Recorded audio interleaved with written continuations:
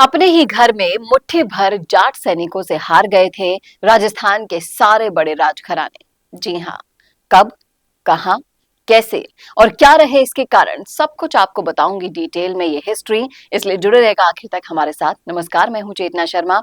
आप देखना शुरू कर चुके हैं राजस्थान संवाद। तो 1767 की ये बात है, जब पूरे राजस्थान में जाट महाराजा जवाहर सिंह की तूती बोला करती थी। जाट महाराजा जवाहर सिंह का राज्य उनके पिता सूरजमल जाट से बहुत बड़ा हो चुका था। दिल्ली विजय, राजपूतों और मुगलों से जीतने के बाद जवाहर सिंह ने साबित कर दिया था कि उत्तर भारत में उन जैसा कोई वीर नहीं था। पर महाराज की राठौड़ों से दोस्ती हुआ करती थी।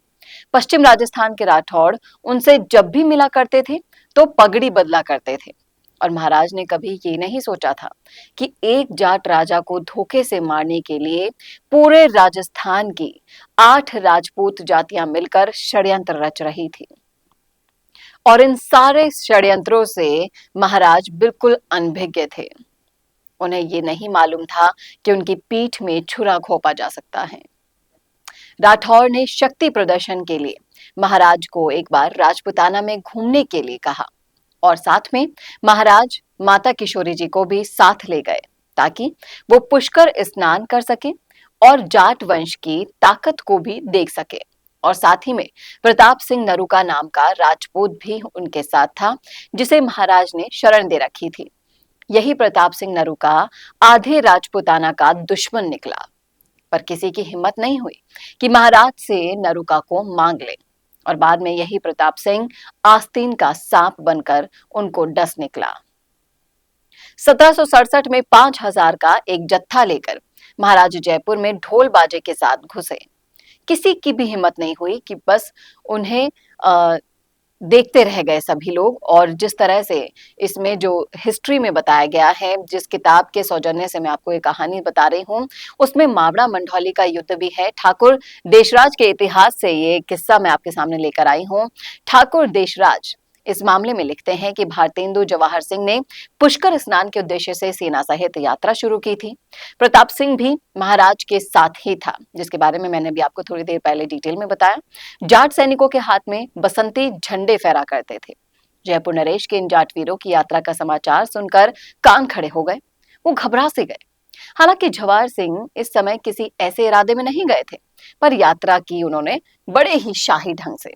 जयपुर नरेश या किसी दूसरे ने उनके साथ कोई भी छेड़छाड़ नहीं की और वो पूरे गाजे बाजे के साथ निश्चित स्थान यानी कि पुष्कर स्नान के लिए पुष्कर पहुंच गए। स्नान ध्यान किया और उसके बाद भी महाराज कुछ दिन वहां पर ठहरे रहे। राजा विजय सिंह से उनकी यहाँ पर मित्रता हुई। इधर महाराज के जाते ही राजपूत सामंतों में तूफान सा मच गया। उधर के शासक जाट और इधर इस शासक जाट राजा को वो एक दृष्टि से देखने वाले थे। अब इसी के साथ साथ जो भी मैं आपको बता रही हूँ, ये किताब के सौजन्य से लिया गया है। पूरा इतिहास एक वीडियो के जरिए मैं आपके सामने लेकर आई हूँ।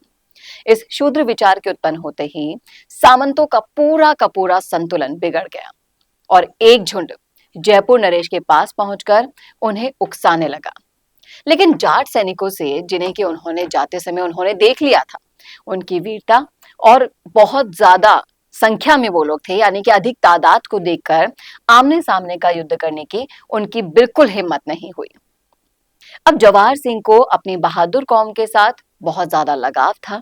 उनकी यात्रा का एकमात्र उद्देश्य क्या था? पुष्कर स्नान? जी नहीं, उनकी यात्रा का उद्देश्य एक और था। वो वहां की जाट जनता की हालत को भी देखना चाहते थे। उनको ये मालूम हुआ कि तोरावटी, जो जयपुर का एक प्रांत हुआ करता था, वहां ज्यादा संख्या में जाट निवास करते हैं, तो उधर उनका वापस लौटने का निश्चय किया गया उन्होंने। और राजपूतों ने लौटते समय उन पर आक्रमण करने की पूरी तैयारी कर ली थी। यहाँ तक कि जो निराश्रित प्रताप सिंह भागकर भरतपुर राज की शरण में गया था और उन्होंने आश्रय ही नहीं, कई सालों तक अपने यहाँ सकुशल और सुरक्षित उन्हें रखा था, वो भी षड्यंत्र में शामिल हो गया। उसने महाराज की ताकत का पूरा भेद दे दिया। राजपूत तंग रास्ते, नाले वगैरह में महाराज जवाहर सिंह के पहुंचने की प्रतीक्षा करते रहे। वे ऐसा अवसर देख रहे थे कि जाटवीर एक दूसरे से अलग होकर 2-3 भागों में विभाजित हो जाएं और उन पर आक्रमण उस समय कर दिया जाए। इस तरह की रणनीति हुआ करती थी। पहले के राजा महाराजा लोग इस तरह के षड्यंत्र रचा करते थे। तारीख 14 दिसंबर 1767। महाराज जवाहर सिंह एक तंग रास्ते और नाले से निकले और स्वभावतः ऐसे स्थान पर एक साथ बहुत कम सैनिक चल सकते हैं और ऐसी हालत में वैसे ही एक जाट एक लंबी कतार में जा रहे थे। सामान वगैरह 2-3 मील आगे निकल चुका था उनसे और आमने सामने के डर से युद्ध ना करने वाले दूसरी सेना ने इसी समय पर धावा बोल दिया और विश्वासघातक प्रताप सिंह पहले ही महाराज जवाहर सिंह का साथ छोड़कर चला गया था और इन दोनों के चक्कर में घमासान युद्ध हुआ। जाट वीरों ने प्राणों का मोह छोड़ दिया और युद्ध भूमि में शत्रुओं पर टूट पड़े। इसमें जयपुर नरेश ने भी अपने अपमान से क्रोध में भरकर राजपूत सरदारों को एकत्रित किया और जयपुर के जागीरदार राजपूतों के 10 साल के बालक को छोड़कर सभी इस युद्ध में शामिल हो चुके थे और सारे सरदार छिन भिन कर दिए गए। और जिस तरह से ये दोनों भिड़े यानी कि जाट और राजपूत सरदार, इनको जो युद्ध लड़ा इन्होंने इसको आह्वान को स्वीकार किया। घमासान युद्ध हुआ और आक्रमणकारियों की पैदल सेना और तोपखाना बहुत ही धीमी रफ्तार से चल रही थी। जाट सैनिकों ने इसका फायदा उठाया और घाटी में उन्होंने घुसपैठी की और करीब शाम तक ये युद्ध चलता रहा। दोनों सेनाएं अच्छी तरह भिड़ती रही। फिर इस समय महाराज जवाहर सिंह जी की ओर से मेडिक और समरू की सेनाओं ने बड़ी वीरता से और चतुराई से युद्ध किया। जाट सैनिकों ने जयपुर के राजा को परास्त कर दिया, लेकिन जाटों की ओर से सेना संगठित और संचालित होकर युद्ध क्षेत्र में उपस्थित न होने के कारण इस लड़ाई में महाराज जवाहर सिंह को सफलता नहीं मिल पाई। जी हाँ, लेकिन वो खुद सदा की भांति हमेशा की तरह असाधारण वीरता और जोश के साथ अंधेरा होने तक युद्ध लड़ते रहे। अब जयपुर सेना की बात करें तो जयपुर सेना का प्रधान सेनापति दलेल सिंह अपनी 3 पीढ़ियों के साथ इस युद्ध में मारा गया। यद्यपि इस युद्ध में महाराज को विजय नहीं मिली और हानि भी बहुत बड़े लेवल पर उठानी पड़ी थी, लेकिन साथ ही शत्रुओं का भी कम नुकसान नहीं हुआ था। और कहते हैं कि इस युद्ध में आए हुए करीब करीब समस्त जागीरदार काम आए और उनके पीछे जो 8-10 साल के बालक बचे हुए थे, उन्होंने ही इस वंश को आगे बढ़ाया। तो ये थी इतिहास के पन्नों से वो कहानी जो आपने कहीं नहीं सुनी होगी। कैसे लगी आपको वीडियो में कमेंट करके जरूर बताइएगा। इस वीडियो को ज्यादा से ज्यादा शेयर करना ना भूलिएगा और अगर आप भी चाहते हैं आपके इतिहास के पन्नों को वीडियो के जरिए संजोना तो आप कॉन्टैक्ट कीजिए राजस्थान संवाद से। आपको स्क्रीन पर नंबर मिल रहे हैं और अगर हमें वो इतिहास अच्छा लगा तो हम उस पर वीडियो जरूर लेकर आएंगे। ऐसे ही वीडियोस के लिए देखते रहिए राजस्थान संवाद। नमस्कार। तो आप भी अपने रियल एस्टेट बिजनेस को पुराने तरीकों से प्रमोट कर रहे हैं, तो छोड़िए पुराने तरीके और जुड़िए मिशी मीडिया सॉल्यूशन से। फिर चाहे हो प्रोफेशनल मॉडल से आपकी प्रॉपर्टी को एक्सप्लेन कराना या हाई क्वालिटी कैमरा वर्क से अपना वेंचर दिखाना,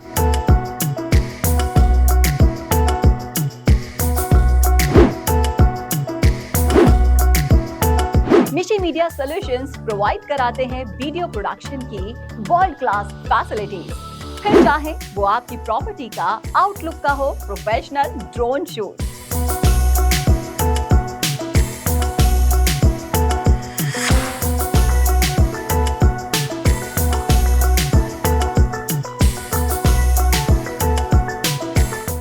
ये सब पाए एक ही जगह पर आपकी शानदार सर्विसेज में हमारा वीडियो प्रोडक्शन लगाएगा 4 चांद।